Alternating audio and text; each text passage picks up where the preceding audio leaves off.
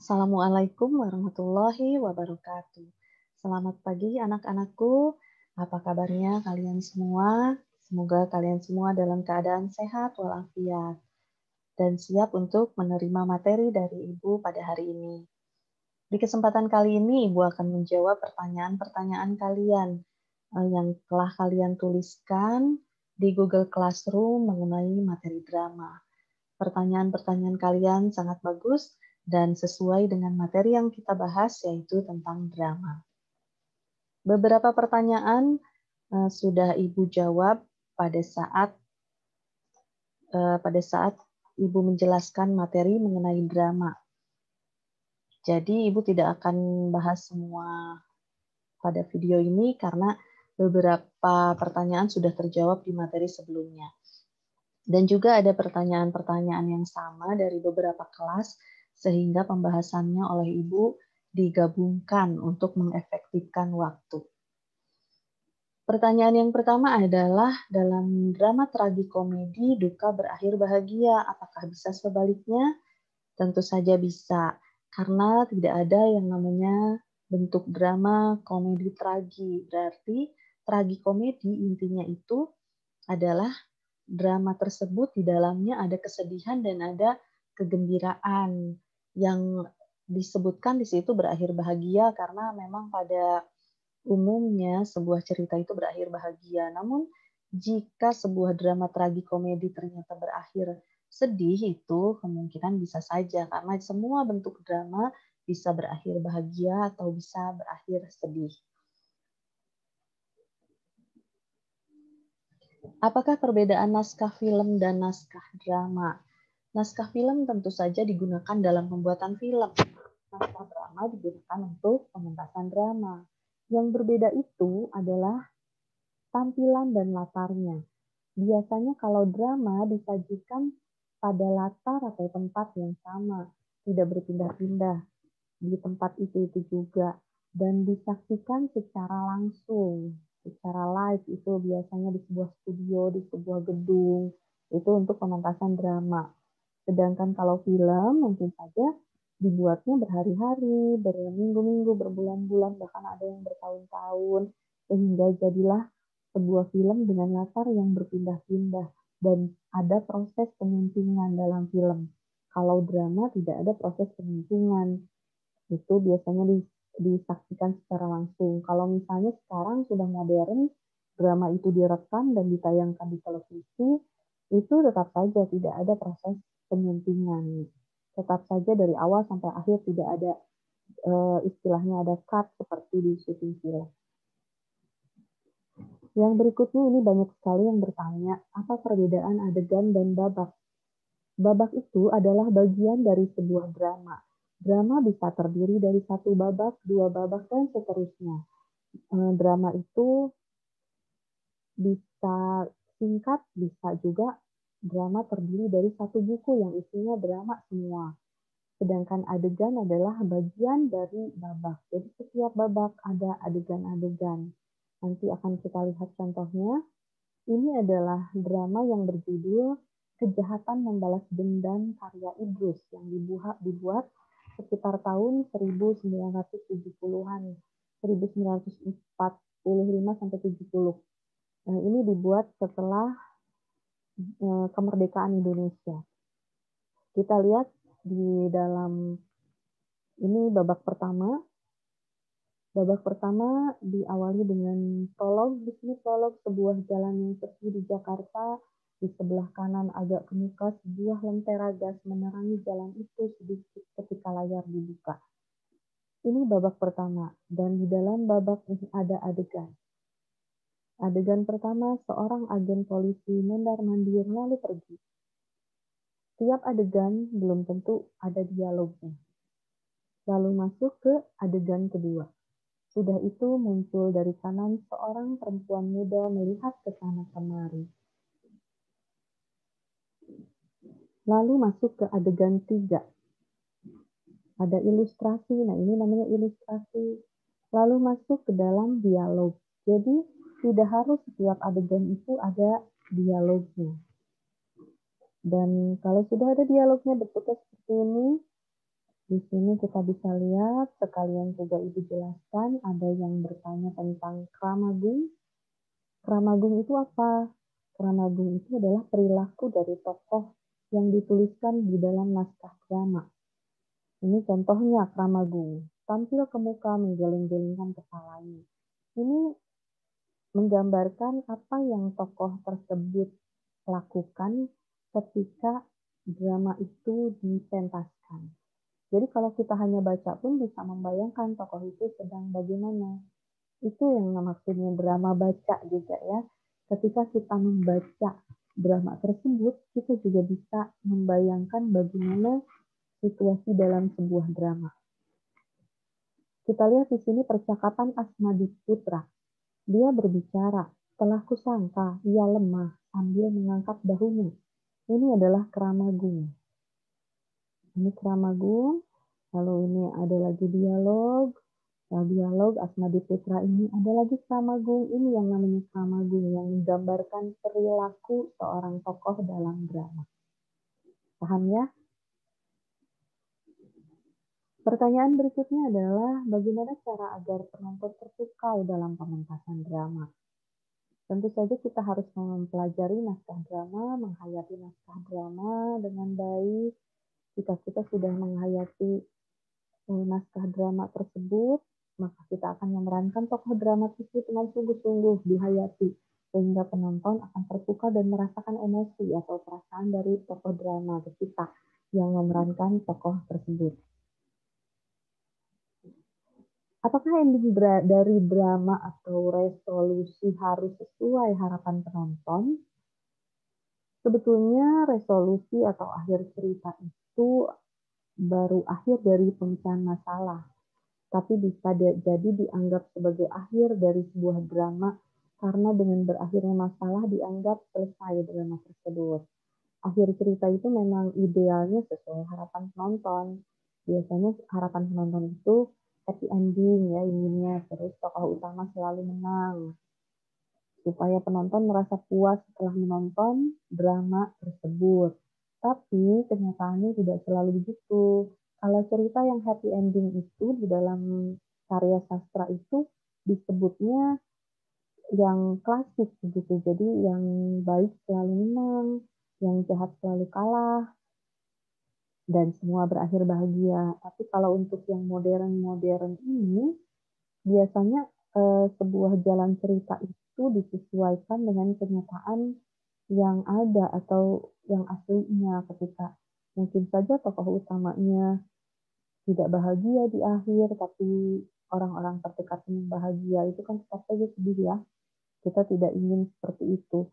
Banyak sekali drama atau film yang modern yang tidak berakhir bahagia. Nah, ini apa perbedaan drama klasik dan modern? Drama klasik dalam pementasannya lebih banyak improvisasi dari pemain drama, bahkan kadang-kadang tanpa naskah drama. Sedangkan drama modern sangat bergantung pada naskah. Jadi betul-betul harus sesuai dengan naskah, kalaupun ada improvisasi itu hanya sedikit sekali. Tapi kalau drama klasik, itu dalam pementasannya banyak sekali improvisasi. Makanya kalau kita lihat sekarang drama-drama yang masih peninggalan dari drama klasik, biasanya masih tradisional, hanya ada inti ceritanya saja dan pemain dibiarkan untuk mengimprovisasi dirinya sendiri. Yang penting jalan ceritanya ada, tapi tetap ya jalan ceritanya itu ada. Apakah sebuah drama harus lengkap strukturnya, baik itu prolog, dialog, epilog, seperti yang sudah Ibu jelaskan? 3 bagian inti ini adalah bagian dari drama yang ideal. Diawali dengan prolog, lalu dialog, dan diakhiri dengan epilog. Idealnya semua lengkap, tapi memang banyak ditemukan naskah drama yang tanpa ada salah satunya, misalnya tanpa epilog, tanpa prolog. Bahkan mungkin keduanya tidak ada, tapi yang jelas drama itu pasti ada dialog. Tidak mungkin tidak ada dialog, kecuali jenis-jenis atau bentuk drama yang lain ya, seperti pantomim, tablo, terus juga drama apalagi ya, mini kata itu sedikit sekali dialognya. Bagaimana dengan drama puisi? Dalam menyajikan puisi, itu ada yang namanya musikalisasi puisi, berarti puisinya dijadikan musik. Ada juga dramatisasi puisi. Jadi sebuah naskah puisi dijadikan drama. Bagaimana cara menyajikannya? Seperti membaca puisi.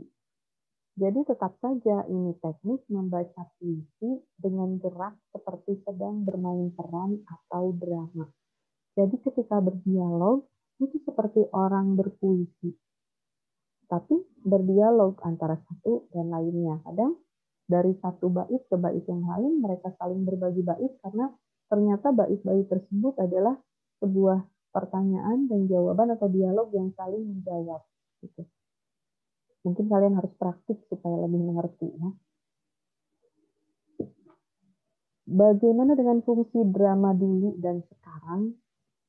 Fungsi utamanya itu tetap hiburan untuk drama dulu dan sekarang. Itu fungsi utama ya. Namun pada zaman dahulu itu drama hanya dipentaskan pada acara-acara tertentu. Acara tertentu seperti keagamaan dan acara tradisi saja. Untuk acara tradisi mungkin ada kaitannya dengan sebuah kebiasaan atau tradisi, tapi tujuannya tetap untuk menghibur.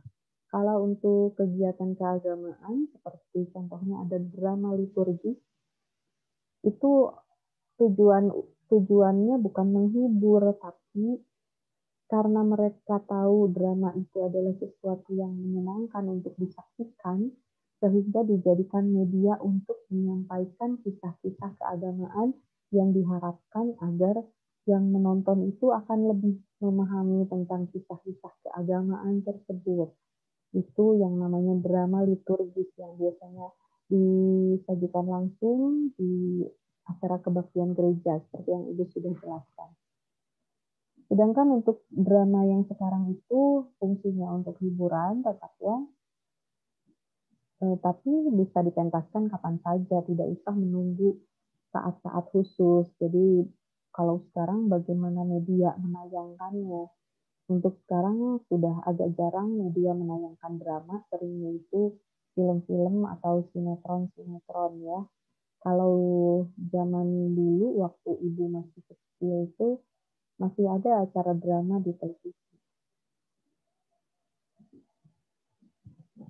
Pertanyaan yang berikutnya adalah perbedaan pantomim dan teater. Jelas berbeda. Kalau pantomim itu kan dalam pengertiannya tidak ada sama sekali, tidak ada percakapan, tidak ada dialog, hanya mengandalkan gerak dan ekspresi saja.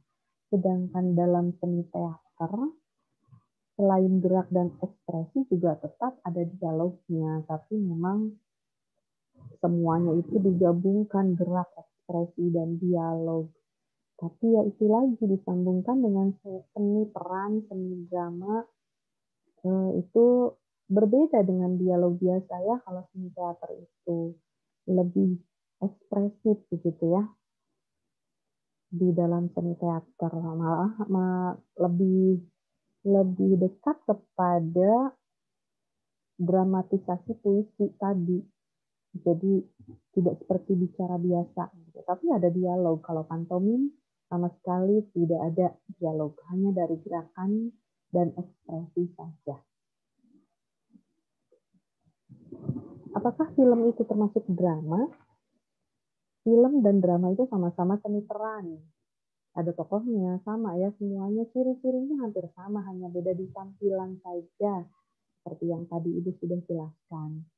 Kalau film itu ditayangkan secara tidak langsung melalui proses penyuntingan, sedangkan drama ditayangkan secara langsung. Kalaupun ditayangkan melalui media dan telah direkam, tapi drama itu tidak ada proses penyuntingan.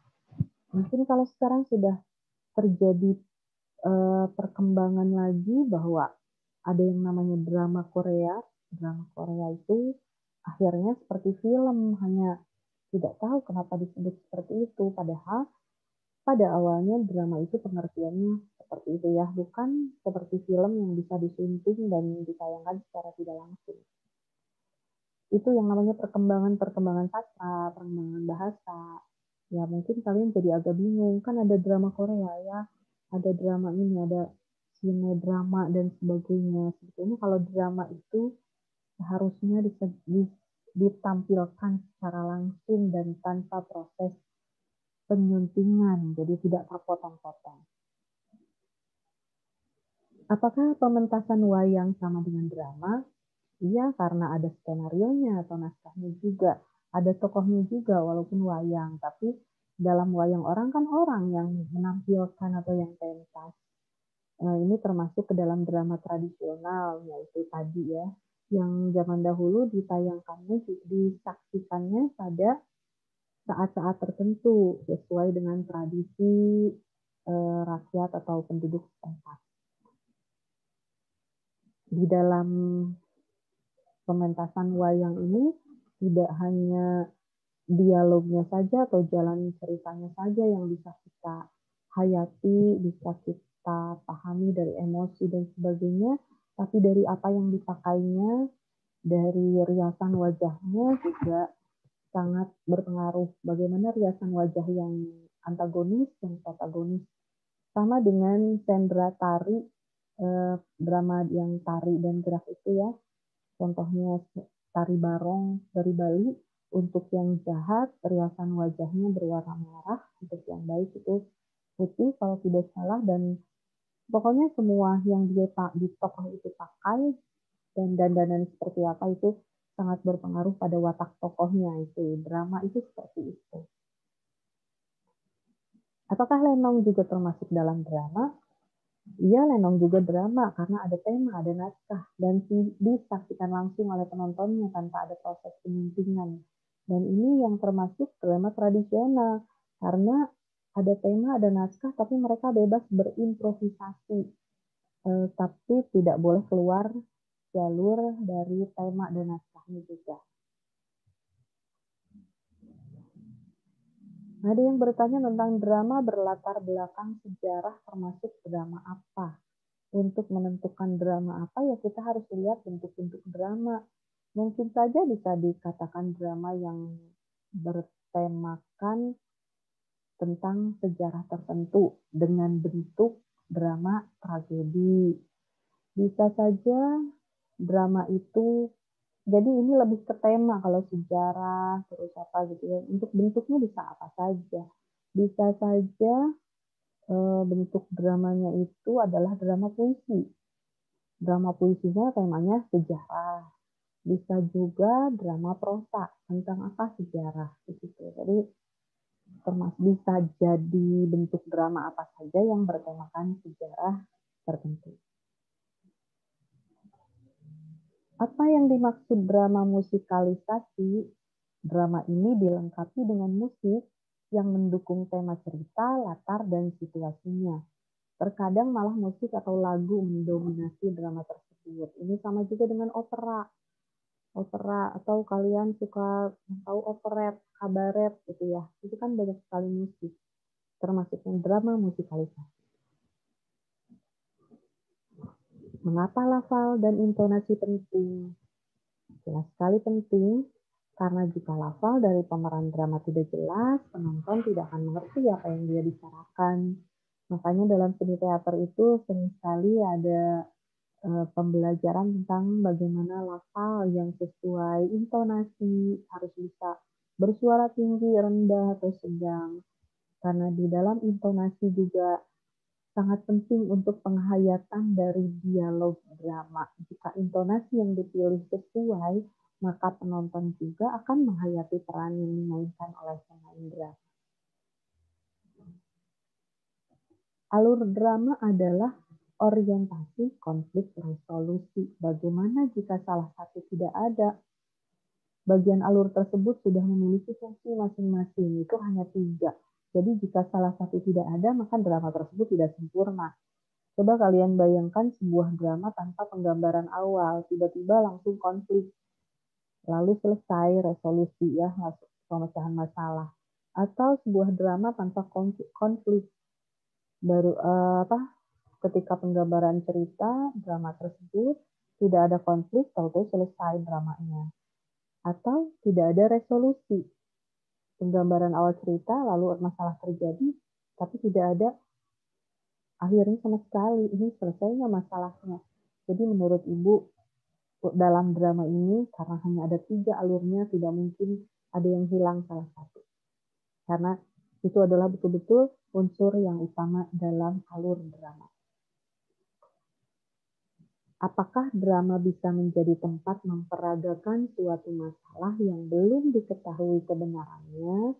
Ini cuma satu orang yang bertanya tentang ini dan Ibu coba pahami maksud pertanyaannya. Mungkin maksudnya, apakah drama itu bisa bertemakan tentang sesuatu yang belum tahu ini tuh ada, tidak ya, benar atau tidak.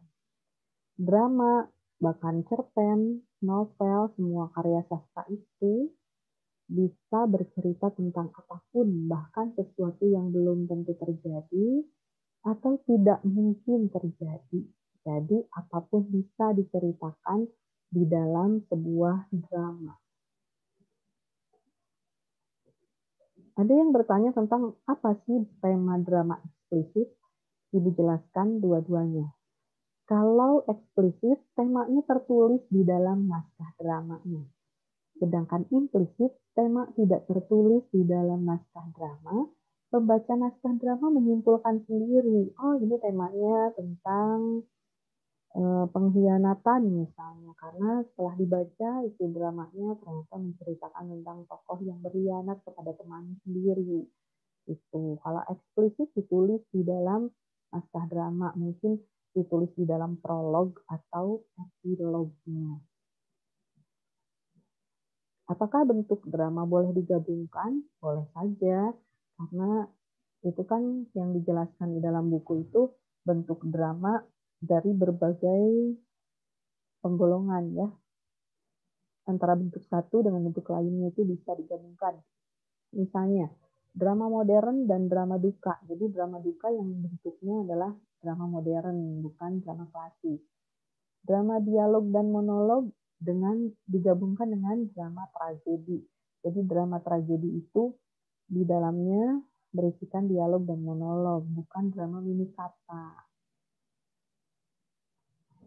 Ini pertanyaan dari 1 atau 2 orang ya, ada yang bertanya. Apakah semester ini akan ada praktik drama?